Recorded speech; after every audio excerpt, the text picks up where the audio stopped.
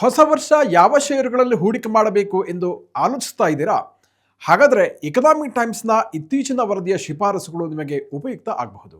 ಹಾಗಾದರೆ ಈ ವರದಿಯ ಪ್ರಕಾರ 2025ರಲ್ಲಿ ಹೂಡಿಕೆದಾರರಿಗೆ 2 ಅಂಕಿಯ ರಿಟರ್ನ್ ನೀಡಬಲ್ಲ 9 ಷೇರುಗಳ ವಿವರವನ್ನು ನೋಡೋಣ. ಮೊದಲನೇದಾಗಿ Godrej properties. Godrej properties real estate ವಲಯದಲ್ಲಿ ಮುಂಚೂಣಿಯಲ್ಲಿ ಇರುವಂತಹ ಸಂಸ್ಥೆ. ಈ ಕಂಪನಿಯು ಕಳೆದ ಜುಲೈ-ಸೆಪ್ಟೆಂಬರ್ ಅವಧಿಯಲ್ಲಿ ಉತ್ತಮ ಆದಾಯ ಮತ್ತು ಲಾಭವನ್ನು ಗಳಿಸಿದೆ. ಸೇಲ್ಸ್ನಲ್ಲಿ 219% ಮತ್ತು ನಿವ್ವಳ ಲಾಭದಲ್ಲಿ 360% ಹೆಚ್ಚಳವನ್ನು ದಾಖಲಿಸಿದೆ. ಗೋದ್ರೇಜ್ ಪ್ರಾಪರ್ಟಿ ಶೇರಿನ ಈಗಿನ ದರ ₹2,899 ಆಗಿದೆ. 1 ವರ್ಷದ ಟಾರ್ಗೆಟ್ ಪ್ರೈಸ್ ₹3,650 ಆಗಿದೆ. ಷೇರಿನ ದರದಲ್ಲಿ 25.9% ಏರಿಕೆಯನ್ನು ನಿರೀಕ್ಷಿಸಲಾಗಿದೆ. ಅಂದರೆ 2025ರಲ್ಲಿ ಷೇರುದಾರರಿಗೆ ಪ್ರತಿ ಷೇರಿನಲ್ಲಿ ₹751 ಲಾಭವನ್ನು ನಿರೀಕ್ಷಿಸಬಹುದು. ಗೋದ್ರೇಜ್ ಪ್ರಾಪರ್ಟೀಸ್ ಈಗ ಗುರುಗ್ರಾಮ, ನೋಯ್ಡಾ, ಮುಂಬೈ, ಪುಣೆ ಮತ್ತು ಹೈದರಾಬಾದ್ನಲ್ಲಿ ಹಲವು ರಿಯಾಲಿಟಿ ಯೋಜನೆಗಳನ್ನು ಜಾರಿಗೊಳಿಸ್ತಾ ಇದೆ. ಎರಡನೇ ಷೇರು HDFC life insurance company. HDFC life insurance ಕಂಪನಿಯು ಕಳೆದ ಜುಲೈ-ಸೆಪ್ಟೆಂಬರ್ ತ್ರೈಮಾಸಿಕದಲ್ಲಿ 27% ಬೆಳವಣಿಗೆಯನ್ನು ದಾಖಲಿಸಿದೆ. ಈ ಷೇರಿನ ಈಗಿನ ದರ ₹633 ಆಗಿದೆ. ಹೊಸ ವರ್ಷದಲ್ಲಿ ಈ ಷೇರಿನ ದರ ₹810 ಏರಿಕೆಯಾಗುವ ಸಾಧ್ಯತೆ ಇದೆ. ಅಂದರೆ ಹೂಡಿಕೆದಾರರಿಗೆ ಪ್ರತಿ ಷೇರಿನಲ್ಲಿ 27.9% ರಿಟರ್ನ್ ಸಿಗೋ ನಿರೀಕ್ಷೆ ಇದೆ. ಮೂರನೇದಾಗಿ PNB ಹೌಸಿಂಗ್ ಫೈನಾನ್ಸ್. ಗೃಹ ಸಾಲವನ್ನು ವಿತರಿಸುವ PNB ಹೌಸಿಂಗ್ ಫೈನಾನ್ಸ್ ಕಂಪನಿಯು ಜುಲೈ-ಸೆಪ್ಟೆಂಬರ್ ತ್ರೈಮಾಸಿಕದಲ್ಲಿ ತನ್ನ ಲಾಭದಲ್ಲಿ 23% ಏರಿಕೆಯನ್ನು ಕಂಡಿದೆ.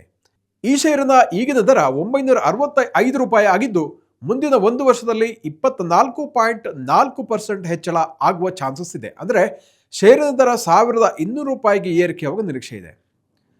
ನಾಲ್ಕನೇದಾಗಿ ಮ್ಯಾಕ್ಸ್ ಫೈನಾನ್ಷಿಯಲ್ ಸರ್ವಿಸ್ ಕಂಪನಿ. ಜೀವ ವಿಮೆಗಳನ್ನು ಒದಗಿಸುವ ಮ್ಯಾಕ್ ಫೈನಾನ್ಷಿಯಲ್ ಸರ್ವಿಸ್ ಕಂಪನಿಯು ಕಳೆದ ಜುಲೈ-ಸೆಪ್ಟೆಂಬರ್ ಅವಧಿಯಲ್ಲಿ 23% ಬಿಸಿನೆಸ್ ಗ್ರೋತ್ ಅನ್ನು ದಾಖಲಿಸಿದೆ. ಈ ಷೇರಿನ ಈಗಿನ ದರ ₹1,165 ಆಗಿದೆ. ಮುಂದಿನ 1 ವರ್ಷದಲ್ಲಿ 21% ಏರಿಕೆಯನ್ನು ನಿರೀಕ್ಷಿಸಲಾಗಿದೆ. ಅಂದರೆ ₹1,420 ಏರಿಕೆಯಾಗುವ ಸಾಧ್ಯತೆ ಇದೆ. ಐದನೇದಾಗಿ ಐನಾಕ್ಸ್ ವಿಂಡ್. ಪವನ ವಿದ್ಯುತ್ ಉತ್ಪಾದನೆ ವಲಯದ ಐನಾಕ್ಸ್ ವಿಂಡ್ ಕಂಪನಿಯ ಆದಾಯ ಕಳೆದ ಜುಲೈ-ಸೆಪ್ಟೆಂಬರ್ ಅವಧಿಯಲ್ಲಿ 4 ಪಟ್ಟು ಹೆಚ್ಚಳವಾಗಿದೆ. ₹90 ಕೋಟಿ ನಿವ್ವಳ ಲಾಭವನ್ನು ಈ ಕಂಪನಿ ಗಳಿಸಿದೆ. ಐನಾಕ್ಸ್ ವಿಂಡ್ ಷೇರಿನ ಈಗಿನ ದರ ₹208 ಆಗಿದೆ. ಇದು 17.1% ಏರಿಕೆಯಾಗುವ ಎಲ್ಲ ನಿರೀಕ್ಷೆಗಳು ಇದೆ. ಅಂದರೆ ₹245 ಹೆಚ್ಚಳ ಆಗುವಂಥ ಸಾಧ್ಯತೆ ಇದೆ. ಆರನೇದಾಗಿ ಪ್ರೆಸ್ಟೀಜ್ ಎಸ್ಟೇಟ್ಸ್ ಪ್ರಾಜೆಕ್ಟ್ಸ್ ಕಂಪನಿಯ ಷೇರು. ರಿಯಲ್ ಎಸ್ಟೇಟ್ ವಲಯದ ಪ್ರೆಸ್ಟೀಜ್ ಎಸ್ಟೇಟ್ಸ್ ಪ್ರಾಜೆಕ್ಟ್ಸ್ ಕಳೆದ ಜುಲೈ-ಸೆಪ್ಟೆಂಬರ್ ಅವಧಿಯಲ್ಲಿ 7% ಬೆಳವಣಿಗೆಯನ್ನು ದಾಖಲಿಸಿದೆ. ಷೇರಿನ ಈಗಿನ ದರ ₹1,751 ಆಗಿದ್ದು 16.5% ಏರಿಕೆಯನ್ನು ನಿರೀಕ್ಷಿಸಲಾಗಿದೆ. ಷೇರಿನ ದರ ₹2,040 ಹೆಚ್ಚಳವಾಗುವ ಸಾಧ್ಯತೆ ಇದೆ. ಏಳನೇದಾಗಿ ಪವರ್ ಫೈನಾನ್ಸ್ ಕಾರ್ಪೊರೇಷನ್. ಮೂಲಸೌಕರ್ಯ ಕ್ಷೇತ್ರದ ಪವರ್ ಫೈನಾನ್ಸ್ ಕಾರ್ಪೊರೇಷನ್ ಕಳೆದ ಜುಲೈ-ಸೆಪ್ಟೆಂಬರ್ ಅವಧಿಯಲ್ಲಿ ಆದಾಯದಲ್ಲಿ 14% ಬೆಳವಣಿಗೆಯನ್ನು ದಾಖಲಿಸಿದೆ. ಈ ಷೇರಿನ ಈಗಿನ ದರ ₹517 ಆಗಿದ್ದು ಮುಂದಿನ 1 ವರ್ಷದಲ್ಲಿ 16% ಏರಿಕೆಯನ್ನು ನಿರೀಕ್ಷಿಸಲಾಗಿದೆ. ಅಂದರೆ ₹600 ದರ ಹೆಚ್ಚಳ ನಿರೀಕ್ಷಿಸಲಾಗಿದೆ. ಎಂಟನೇದಾಗಿ Amber Enterprises India. Heating, ventilation, air conditioning ವಲಯದಲ್ಲಿ ಸೊಲ್ಯೂಷನ್ ಪ್ರೊವೈಡ್ ಮಾಡುವಂತಹ ಅಂಬರ್ ಎಂಟರ್ಪ್ರೈಸಸ್ ಇಂಡಿಯಾ ಕಂಪನಿಯು ಕಳೆದ ಜುಲೈ-ಸೆಪ್ಟೆಂಬರ್ ಅವಧಿಯಲ್ಲಿ ಆದಾಯದಲ್ಲಿ ಉತ್ತಮ ಪ್ರಗತಿಯನ್ನು ದಾಖಲಿಸಿದೆ. ₹19 ಕೋಟಿ ನಿವ್ವಳ ಲಾಭವನ್ನು ಗಳಿಸಿದೆ.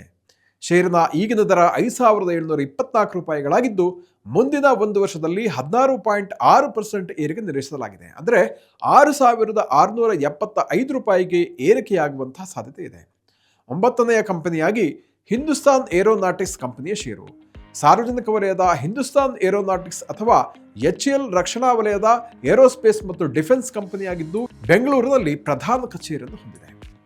ಕಳೆದ ಜುಲೈ-ಸೆಪ್ಟೆಂಬರ್ ಅವಧಿಯಲ್ಲಿ ಕಂಪನಿಯ ಆದಾಯದಲ್ಲಿ 21% ಹೆಚ್ಚಳವಾಗಿದೆ.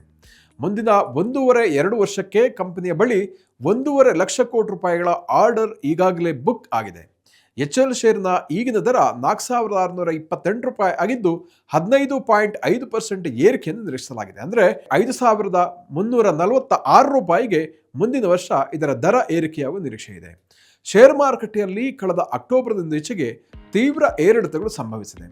ನಿಫ್ಟಿ ಸೂಚ್ಯಂಕ 2024 ಸೆಪ್ಟೆಂಬರ್ನಿಂದ ಡಿಸೆಂಬರ್ ತನಕದ ಅವಧಿಯಲ್ಲಿ ತೀವ್ರ ಕುಸಿತಕ್ಕೆ ಸಾಕ್ಷಿಯಾಗಿದೆ. ಸ್ಟಾಕ್ ಮಾರ್ಕೆಟ್ನಲ್ಲಿ ಸೆನ್ಸೆಕ್ಸ್ ಮತ್ತು ನಿಫ್ಟಿ ಯಾಕೆ ಈ ರೀತಿಯಲ್ಲಿ ಕುಸಿತ ಇದೆ ಅಂತ ಷೇರು ಹೂಡಿಕೆದಾರರು ಕಳವಳಕ್ಕೀಡಾಗುವುದಂತೂ ಸಹಜ. ಇದಕ್ಕೆ ಹಲವು ಕಾರಣಗಳಿದೆ. ಮುಖ್ಯವಾಗಿ ಕಳೆದ ಜುಲೈ ಸೆಪ್ಟೆಂಬರ್ ಅವಧಿಯಲ್ಲಿ ಭಾರತೀಯ ಕಾರ್ಪೊರೇಟ್ ವಲಯದ ಕಂಪನಿಗಳ ಆದಾಯ ಇಳಿದಿರುವುದು ಮೊದಲ ಕಾರಣ. ಎರಡನೇದಾಗಿ ನಕಾರಾತ್ಮಕ ಪ್ರಭಾವ ಇರುವಂತಹ ಇನ್ನಷ್ಟು ಅಂಶಗಳಿದೆ. ಮುಖ್ಯವಾಗಿ ಹಲವಾರು ತ್ರೈಮಾಸಿಕಗಳಲ್ಲಿ ಲಾಭ ಗಳಿಸಿದ ಕಂಪನಿಗಳಿಗೆ ಜುಲೈ ಸೆಪ್ಟೆಂಬರ್ ತ್ರೈಮಾಸಿಕದಲ್ಲಿ ಲಾಭ ಇಳಿದಿದೆ. ಸಾಮಾನ್ಯ ಮುಂಗಾರಿನ ಪರಿಣಾಮ ಗ್ರಾಮೀಣ ಪ್ರದೇಶಗಳಲ್ಲಿ ಆರ್ಥಿಕ ಚಟುವಟಿಕೆಗಳು ಸುಧಾರಣೆ ಆಗಿದ್ರೂ ಕೂಡ ನಗರಗಳಲ್ಲಿ ಹಣದುಬ್ಬರದ ಪ್ರಭಾವ ಉಂಟಾಗಿದೆ. ಮತ್ತೊಂದು ಕಡೆ ವಿದೇಶಿ ಸಾಂಸ್ಥಿಕ ಹೂಡಿಕೆದಾರರು ಇತ್ತೀಚಿನ ತಿಂಗಳುಗಳಲ್ಲಿ ಹೂಡಿಕೆಯನ್ನ ಹಿಂತೆಗೆದುಕೊಳ್ತಾ ಇದ್ದಾರೆ. ಜಾಗತಿಕ ಮಾರುಕಟ್ಟೆಯಲ್ಲಿನ ಮಂದಗತಿ ಕೂಡ ನಕಾರಾತ್ಮಕ ಪ್ರಭಾವ ಬೀರುವಂಥದ್ದನ್ನು ನಾವು ನೋಡಿರಬಹುದು. ಹಾಗಾದರೆ ಮಾರುಕಟ್ಟೆಯ ಪರಿಸ್ಥಿತಿ ಮುಂದೆ ಏನು ಆಗಬಹುದು? ಈ ಪ್ರಶ್ನೆ ಪ್ರತಿಯೊಬ್ಬರನ್ನು ಕಾಡ್ತಾ ಇದೆ. ಆದರೆ ತಜ್ಞರ ಪ್ರಕಾರ 2024-25 ದ್ವಿತೀಯಾರ್ಧ ಅಥವಾ ಸೆಕೆಂಡ್ ಹಾಫ್ನಲ್ಲಿ ಕಾರ್ಪೊರೇಟ್ ಕಂಪನಿಗಳ ಆದಾಯ ಮತ್ತು ಲಾಭಾಂಶದಲ್ಲಿ ಏರಿಕೆಯನ್ನು ನಿರೀಕ್ಷಿಸಬಹುದು. ಇದಕ್ಕೆ ಕಾರಣ ಏನಂತಂದರೆ, ಸರ್ಕಾರ ತನ್ನ ಸಾರ್ವಜನಿಕ ವೆಚ್ಚಗಳನ್ನು ಹೆಚ್ಚಳ ಮಾಡ್ತಾ ಇರುವಂಥದ್ದು. ಅಂದರೆ ರಸ್ತೆ, ಹೆದ್ದಾರಿ, ರೈಲ್ವೆ ಇತ್ಯಾದಿ ಮೂಲಸೌಕರ್ಯಗಳಿಗೆ ಹೆಚ್ಚಿನ ಹಣವನ್ನು ಖರ್ಚು ಮಾಡ್ತಾ ಇದೆ.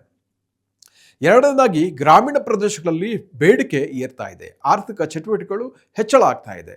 ಸರಕುಗಳ ದರದಲ್ಲಿ ಸ್ಥಿರತೆಯನ್ನ ಕೂಡ ಸಾಕಷ್ಟು ನಿರೀಕ್ಷೆ ಮಾಡಲಾಗ್ತಾ ಇದೆ. ಹೀಗಿದ್ರೂ ಕೂಡ ವಿದೇಶಗಳಲ್ಲಿನ ವಿದ್ಯಮಾನಗಳ ಬಗ್ಗೆ ಈಗಲೇ ಏನು ಹೇಳಲಾಗದು ಅಂತ ತಜ್ಞರು ಹೇಳ್ತಾ ಇದ್ದಾರೆ. ಜಾಗತಿಕ ಬಿಕ್ಕಟ್ಟುಗಳ ಪ್ರಭಾವವನ್ನು ಕಾದು ನೋಡಬೇಕಾಗಿದೆ. ನೋಡಿ, ಅಮೆರಿಕದಲ್ಲಿ ಡಾಲರ್ ಕರೆನ್ಸಿಯು ಇತರ ಕರೆನ್ಸಿಗಳ ಎದುರು ತನ್ನ ಪ್ರಾಬಲ್ಯವನ್ನು ವೃದ್ಧಿಸ್ತಾ ಇದೆ. ಡಾಲರ್ ತುಟ್ಟಿ ಆದರೆ ಭಾರತಕ್ಕೆ ಆಮದು ತುಟ್ಟಿ ಆಗಲಿದ್ದು ಸವಾಲಾಗಬಹುದು. ಇಷ್ಟೆಲ್ಲ ಸವಾಲುಗಳು ಇದ್ರೂ ಕೂಡ ಭಾರತದಲ್ಲಿ ಮಧ್ಯಮ ವರ್ಗದ ಆದಾಯ ಇರುವ ಜನರ ಸಂಖ್ಯೆ ಹೆಚ್ಚುತ್ತಾನೆ ಇದೆ. ಜೊತೆಗೆ ಹೂಡಿಕೆಯು ಕೂಡ ವೃದ್ಧಿಸ್ತಾ ಇದೆ. ಹೀಗಾಗಿ 2025ರಲ್ಲಿಯೂ ಭಾರತ ವಿಶ್ವದಲ್ಲೇ ವೇಗವಾಗಿ ಅಭಿವೃದ್ಧಿ ಹೊಂದ್ತಾ ಇರುವಂತಹ ಪ್ರಮುಖ ಆರ್ಥಿಕತೆಯಾಗಿ ಮುಂದುವರಿಯಲಿದೆ ಅಂತ ಮಾಸ್ಟರ್ ಕಾರ್ಡ್ ಸಂಸ್ಥೆಯ ಇತ್ತೀಚಿನವರೇ ತಿಳಿಸಿದೆ.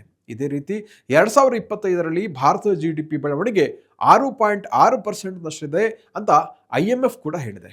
ಮುಂದಿನ ವರ್ಷ RBI ಕೂಡ 7.2% GDP ಗ್ರೋತನ್ನು ನಿರೀಕ್ಷೆ ಮಾಡಿದೆ. ಇದು ಆಶಾದಾಯಕವೂ ಆಗಿದೆ. ಹೀಗಾಗಿ ದೀರ್ಘಾವಧಿಗೆ ಷೇರುಗಳು ಅಥವಾ ಮ್ಯೂಚುವಲ್ ಫಂಡ್ಗಳಲ್ಲಿ ಹೂಡಿಕೆ ಮಾಡುವವರು ನಿಶ್ಚಿಂತೆಯಿಂದ ಹೂಡಿಕೆಯನ್ನು ಮುಂದುವರಿಸಿ ಅದರ ಲಾಭವನ್ನು ಪಡಿಬಹುದು. ವೀಕ್ಷಕರೇ, ಇಂತಹ ಮತ್ತಷ್ಟು ಉಪಯುಕ್ತ ವಿಡಿಯೋಗಳಿಗೋಸ್ಕರ ವಿಶ್ವವಾಣಿ TV ಸ್ಪೆಷಲ್ ಯೂಟ್ಯೂಬ್ ಚಾನಲನ್ನು ವೀಕ್ಷಿಸಿ ಹಾಗೂ ಸಬ್ಸ್ಕ್ರೈಬ್ ಮಾಡಿ. ವಂದನೆಗಳು.